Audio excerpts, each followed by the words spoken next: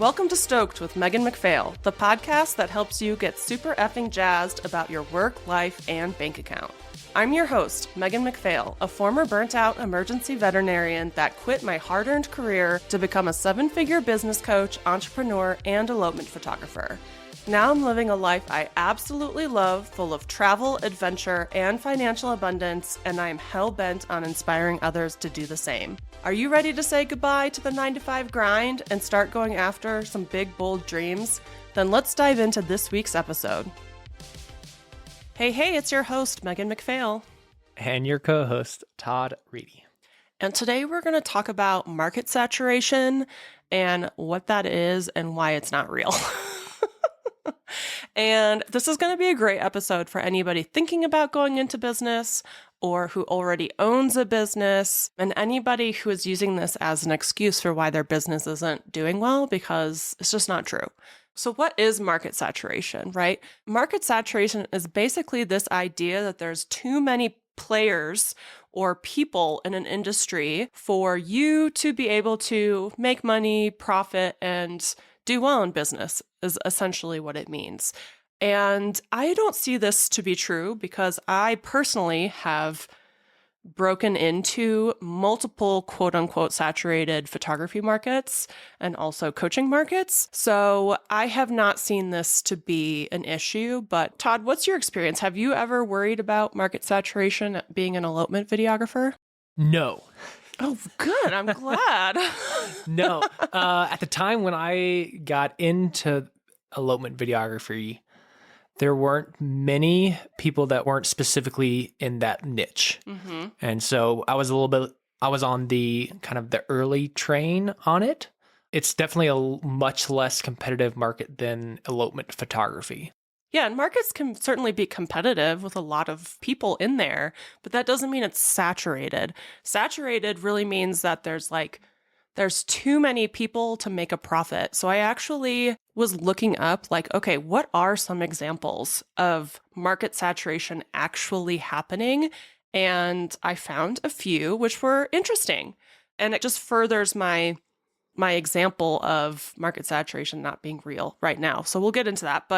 So one of the examples was the film camera industry reached market saturation. And that was because in the 90s and early 2000s, digital cameras came on the scene and everybody was buying digital cameras. So the demand for film cameras dropped extremely. And essentially, they weren't selling and they weren't profitable. So there was a huge decline in the profits. There was a huge decline in how many people wanted film cameras. And a lot of companies went out of business. And that was an example of market saturation actually occurring.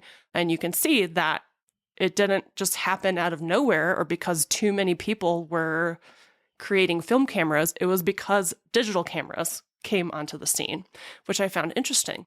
The next example of market saturation that I found was the CD industry. It's all this 90s stuff, which is really up my alley. So the music CD industry also experienced market saturation as the popularity of digital music downloads and streaming services came around. So everybody was using Spotify or Pandora or whatever and kind of moved on to that. So nobody's buying CDs. I can't remember the last time I bought a CD. Can you? No. Yeah. We don't have a way to play a CD. Yeah. I don't even know what they look like anymore. I know my brother won't participate in the whole streaming stuff. But for the vast majority of the world, everybody moved on to streaming services, stopped buying CDs, and that led to a decline in profits for the CD manufacturers and distributors and all that stuff, and people went out of business. Again, it's an example of not too many players in the CD industry, but something else coming along that people started participating in. And then the third example is the Yellow Pages. Because when Google and Yelp came on the scene, the Yellow Pages industry, because apparently it was a whole industry, there wasn't just one Yellow Pages. Yeah, it reached true market saturation, and a lot of the publishers went out of business or changed their focus to digital products because there was Google, Yelp, and all these digital ways to get your information instead of flipping through Yellow Pages. Do you remember flipping through Yellow Pages? Oh, yeah. Oh, yeah. I would look up my friends in the White Pages Yep. back in the day. We're aging ourselves. But yeah, Yeah. that was just like normal. Yeah. Or calling 411. I don't think I ever did that. You never did that? I would call 411 and be like, can I have the number for, I don't know, Domino's on this street or whatever? Yeah. Good times. Good times.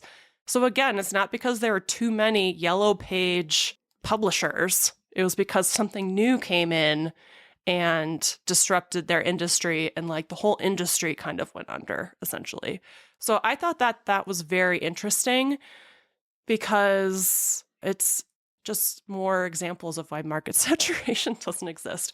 My other example that I use a lot is like coffee shops.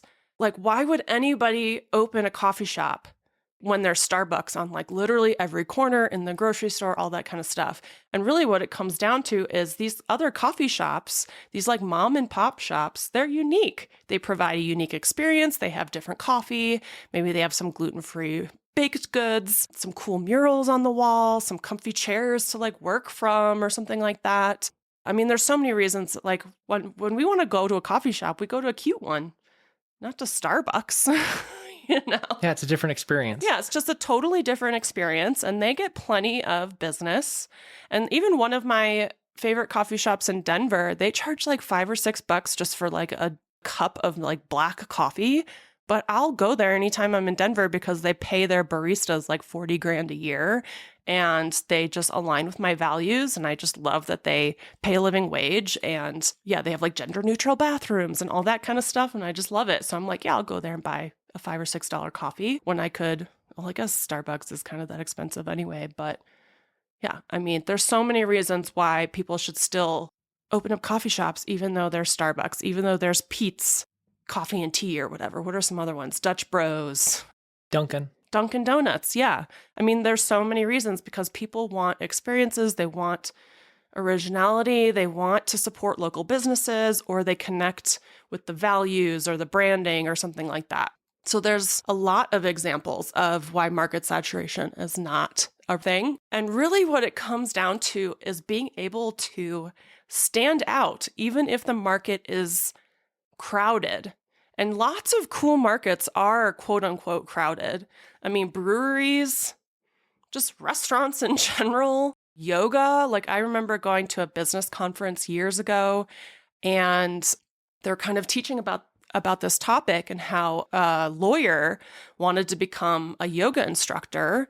And she finally had the chance to start her own yoga class, and it could have just been another hot yoga or vinyasa yoga and just like kind of faded into all the other same classes you could sign up for. Like if somebody's like, oh, I want yoga near me, and it's just like hot yoga, hot yoga, hot yoga, vinyasa yoga. If it's just all the same thing over and over and over again, how do you pick which class you want to go to? So she did yoga for lawyers, and it was all about stress relief and helping back pain and all that kind of stuff. And it filled up immediately because she knew how to stand out in a crowded market and basically market herself to a very specific audience instead of everybody. So that's how you get to kind of stand out in a market that's crowded, not saturated, but you kind of have to position yourself as something unique within that market. Yeah, like it's all these different things that are crowded. It is going to be a lot of work, right? To make yourself stand out, to get those first couple clients, to get word of mouth, to get testimonials, to build that momentum. It's going to be a lot of work. So is it worth it? Yeah. Well, and building a unique coffee shop is one thing, because you have to be like, okay, how do I make this coffee stand out? What can I do for people that will want this coffee and this workspace and all that kind of stuff? And so you really have to like figure that out. Or if it's like a burger restaurant or something like that, it's like, how do I change up my colors and my burgers and my offerings and my menu to stand out when there's so many burger restaurants, right?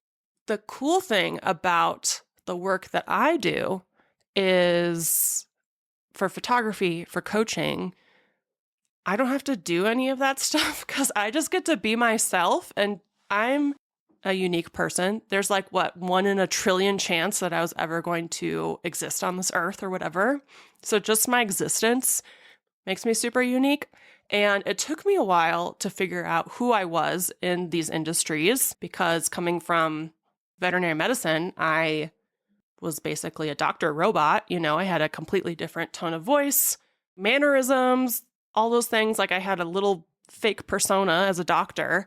So when I needed to figure out who I am and how do I stand out and how do I be unique in this industry, it was hard. It was a journey of self-discovery, like I always say. But I just get to be me. That's my unique value proposition, essentially, to stand out in a industry or a niche or a crowded market. You want to have a unique value proposition. And that's, for us, that's just us being us and our personalities. That's why we don't want to be perfect, you know? That's why we want to show our vulnerabilities and show who we are and our values. That's why I don't worry when I post really political stuff, you know, because it is who I am.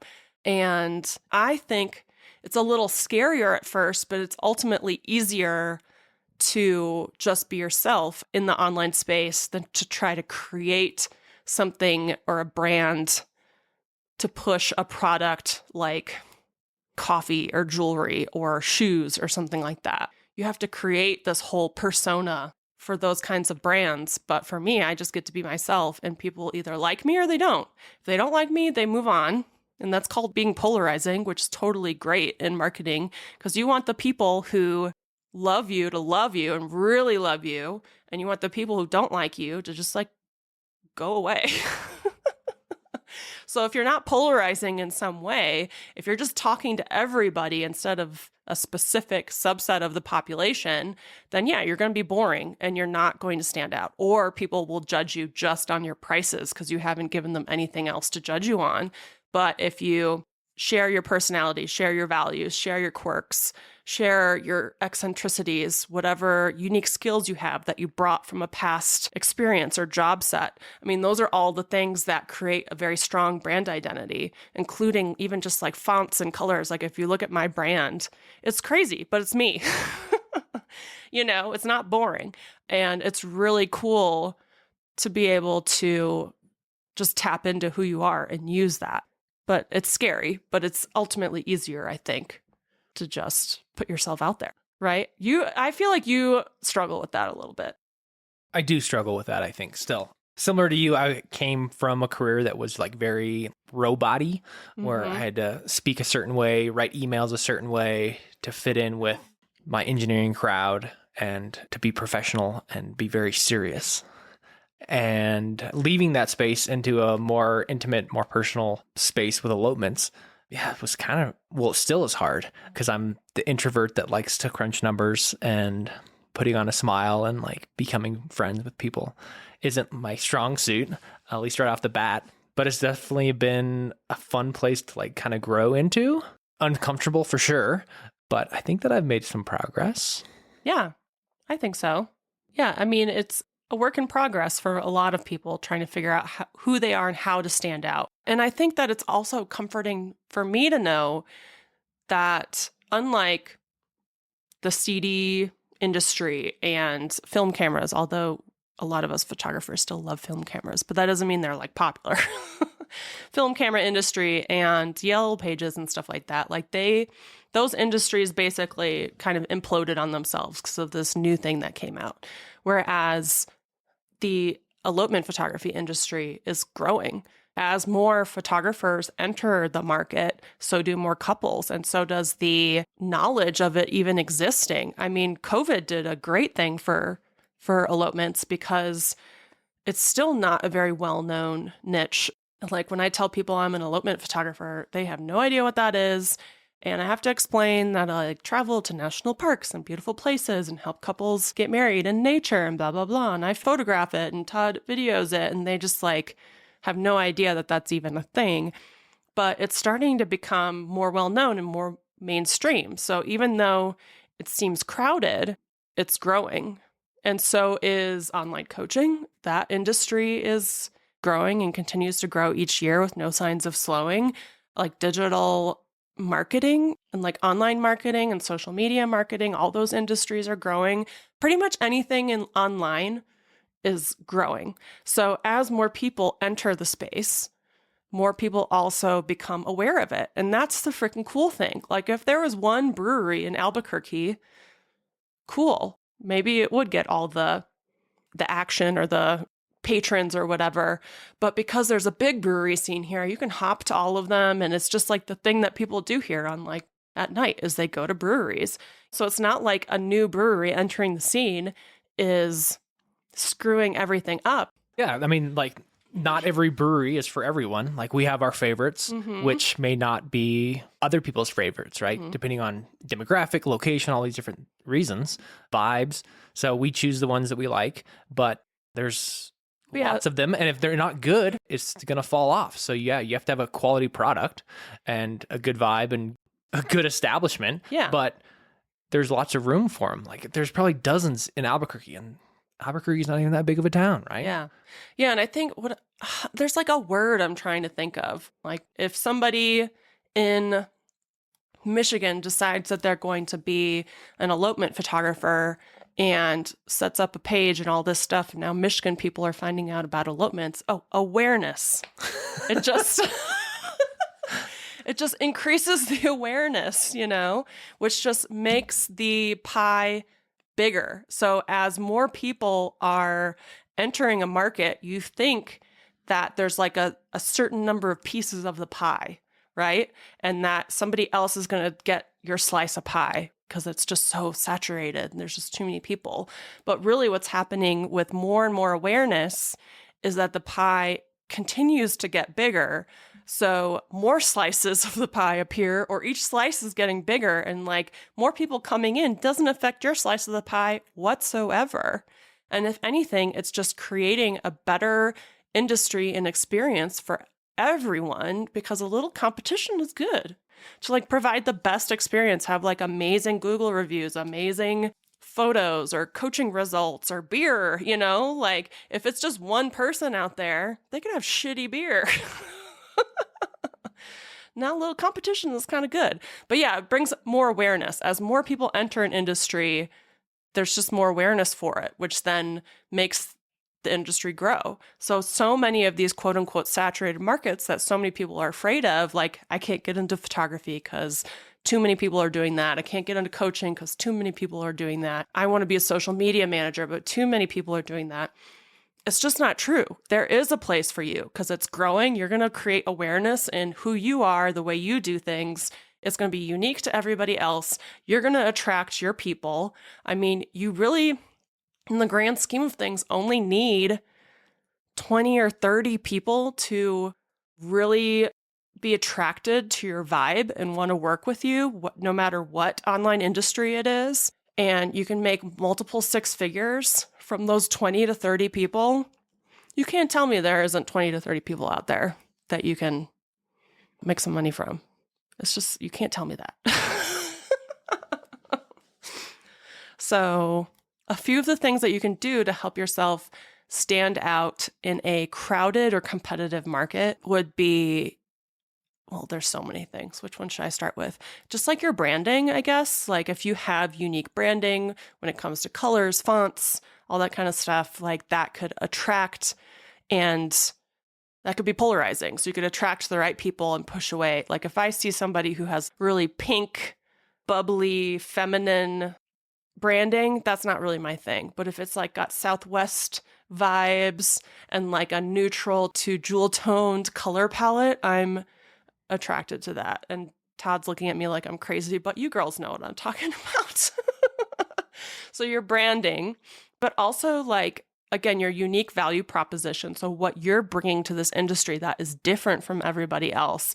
So one of the things in photography that I broadcast, even though a lot of people do this, is the fact that I give my clients sneak peek photos of their elopement within 24 hours. There's a lot of people who do that, but I talk about it like I'm the only person in the world that does it. So there's things like that you're not reinventing the wheel, but it's the unique thing that you offer and you make sure to talk about it. Another thing, besides just your personality and just how unique you are as a person or an artist or a teacher or whatever it is also your pricing. So you can separate yourself from the industry by pricing yourself really high. So I know a lot of people want to just like sit in the middle with pricing, but that's where all the competition is. So you can kind of isolate yourself from the rest of the competition by charging higher prices. You'll automatically be seen as not a better deal, but just like, if you're priced higher, that just means you must offer a better experience or product, right? Just like how if we're going to go out to a restaurant and celebrate, and I don't know any of the names, like I can't even pronounce the names of the champagne bottles. If we're really having a good time, we're going to pick a higher priced one because we're just going to assume that that is better, even though I don't know champagne and can't pronounce any of the names, right? So there's that automatic kind of association with higher priced things as a better product. So that's one way that you can actually escape some of the competition. But a lot of people are scared to do that. A lot of people will actually do the opposite and try to charge less. But then people see you as less than. You don't want to like be Walmart, you know? You don't want to compete down on the bottom with Walmart and Family Dollar and stuff like that. So you can set yourself apart by your prices. You can set yourself apart by the products and services that you provide, with your testimonials, with your vibe. There's so many ways to differentiate yourself from other people in your niche or industry. And it might take practice, and it might be scary. And again, it's probably outside of your comfort zone because we all have been taught since an early age to be little perfect robots. And now I want you to like show off all the things that are kind of scary to show off that you've probably been hiding. But that's a great way to stand out in a crowded market. Can you think of any other things that I didn't mention? I think probably the only thing is just to like really niche down and do one thing or do a very few number of things, but do them extremely well. Yeah, that is such a good point. And I've forgotten that I often tell people, that either the riches are in the niches, or if you're talking to everyone, you're talking to no one. Like I'm a coach for elopement photographers. Like how weirdly niche is that, right? But it's true. Like if you want to elope and you go to a website and there are newborns and maternity photos on there and like senior portraits, you're going to be like, this person is not for me. So when you talk to everyone, you talk to no one. It is way better to have people go to your website and be like, this is not for me, or holy crap, this is definitely for me. This person is for me. I can tell right away. They say that they're from this place and that's where I'm from, or they donate to these causes, or they value these things, or this is important to them, or they own a pit bull. I've had somebody connect with me because I wore turquoise jewelry. So you want to be very like specific to who you're talking to. Because if you're talking to everyone, you're talking to no one. And then there's this other quote that I heard that was like, the man who chases 2 rabbits catches none, which I also is like a fun visual. Because you can just picture yourself, you're like trying to go after newborns, you're trying to go after maternity, seniors, and this is photography talk, right? You're going after all these things and you're just like running around a field like a crazy person. And then here's somebody else who is going after this one specific rabbit and they're hunting it down and getting it. So you have to identify who that rabbit is and go get it. Yeah, I mean, I could go on a tangent all about identifying your target market and creating your marketing message and talking about marketing channels, but I'm going to save that for another day because today I really just wanted to focus on busting the myth that market saturation is ever a thing. I don't want you to ever use that as an excuse to not go after your dreams, because there is a little slice of pie waiting for you in that industry, in that niche that you're afraid is too crowded, but there's a space for you. And not only have I broken into multiple saturated markets, I help people break into, and I should say crowded markets now, crowded and competitive markets. I help people break into them every freaking day. And sometimes those are the best markets to go after because they're already established and there's a need for them. There's a want for them. You know, like everyone wants to elope in Colorado. Not as many people want to elope in Nebraska. So sometimes when it's a crowded market, that could be the best place for you to plant your flag and go after it. So hopefully I helped, or we helped, kind of disprove this myth of market saturation. I don't want you guys to worry about it. If you're marketing yourself appropriately, you can bust into any crowded market that you want. And yeah, hopefully this makes you feel a little bit better about finding your own uniqueness and using that as the way to stand out in your niche. And our next episode is going to kind of go off topic, but I'm really excited. So our next episode is going to be all about manifestation and the science behind it, because I talk a lot about how you have to take action in order to be a good entrepreneur or business owner. And manifestation is kind of turning your thoughts to emotions to actions. And it's a big buzzword right now. And I just want to talk about it and how there is science behind it, because I'm science oriented. Todd here is very sciencey. He's not very woo-woo-y. But we're going to go woo-woo-y. But we're going to get a little woo-woo, but we're going to bring some science into it. So I can't wait, and we will see you next week. Thanks so much for joining us on this episode of Stoked with Megan McPhail. If you enjoyed the show and you'd like to help support the podcast, please subscribe, leave a review, and tell a friend. If you're looking for more inspiring content, check us out on Instagram at Stoked with Megan McPhail. And to learn more about my business coaching and how I can personally help you quit your 9-to-5, visit my website at meganmcphail.com. I hope this leaves you feeling stoked. See you next week.